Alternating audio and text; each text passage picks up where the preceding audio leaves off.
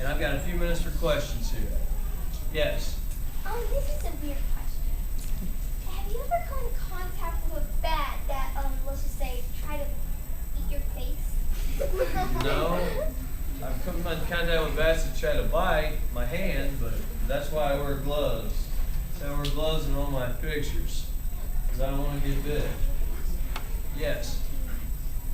What are the words Cutworm moths, what are they? They're just a kind of a crop pest. They attack corn crops. So if you know any farmers that grow corn, ask them and they'll tell you what all those things are. Yes? How do the bats fit in that house? How they get in the house? That's a good question. Okay, so what happens, you see Tanner in the back there, how he's hanging, feet are up, face is down, his chest is against what he's hanging on. So bats are going to fly up like this, they're going to land like he is hanging there, feet up, head down, chest against there, and then he's just going to crawl back up into the house like that. Okay. A group I was talking to last week, one of the kids says, "Wow, he crawls just like Spider-Man." I said, "Well, I guess he kind of does." So that's how the bats get up in the house. Yes.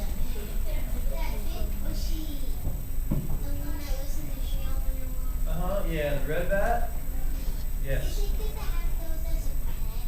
Well, we really shouldn't have bats as pets. The way that I look at it is that God gave us bats so that bats could be out, like in Illinois, bats could be out in the wild catching mosquitoes and cucumber beetles and things like that. Bats were really not intended as pets. So when I take care of a bat, I don't treat it as a pet. I treat it as an animal that if it's sick or it's an orphan or it hasn't learned to fly yet or hasn't learned to eat on its own yet, or it has a broken wing or whatever, I just basically, it's my job to nurse it through that situation and then get it back out in the wild as soon as I can. Okay?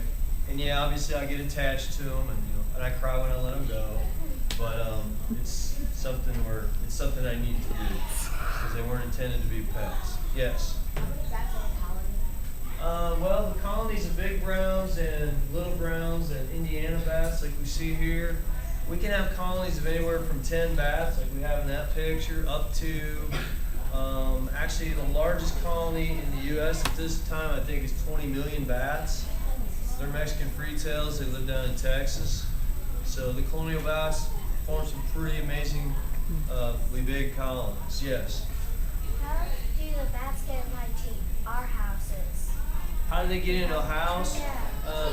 Well, if you guys have like those pencils and you stick those erasers on the end, if you can stick that eraser through a hole, it's big enough for a bat to stick its head through. And bats are like a mouse in that they say if a mouse can stick its head in, it can stick its whole body in, and the same with a bat. So, if you got a hole somewhere where you can stick a little pencil eraser through, a bat could fit its way in. So that's how they get in. Yes? Yeah. Why do they call them like big brown bats when they're only like bigger than a grown man's thumb? I guess it's just in relationship to the little brown bats. I didn't name them, but that's just kind of how it works. They're both brown. They're both pretty much exclusively a brown color.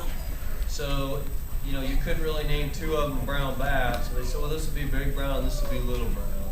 Because one is twice as big as the other. Yes? What's a group of bats called? A group of bats, if we have a little group like this, it's called a cluster. But if we have a larger group, we call it a colony. Yes?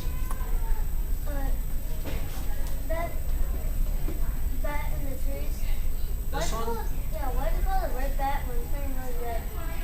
It's kind of like people that, it's like people, they say they have red hair, but their hair is really orange, right? It's really more of an orange than red. So it's the same thing. I mean, technically you could call it an orange bat, but we call it a red bat. Yes.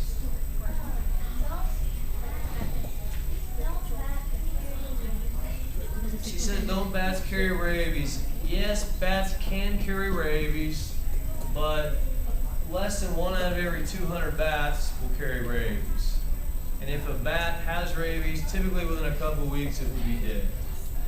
Okay.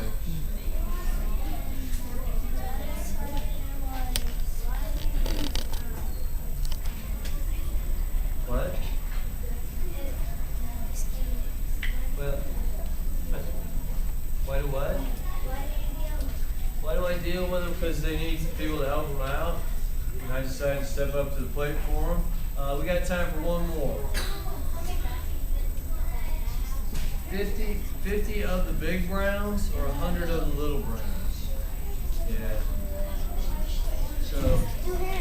So I have some bat facts cards that my friends at Bat Conservation International gave me. I will give these to Mrs. Rush, and she'll make sure that every one of you get one today. And then we're going to have, if each teacher can pick one kid, and we'll get a picture.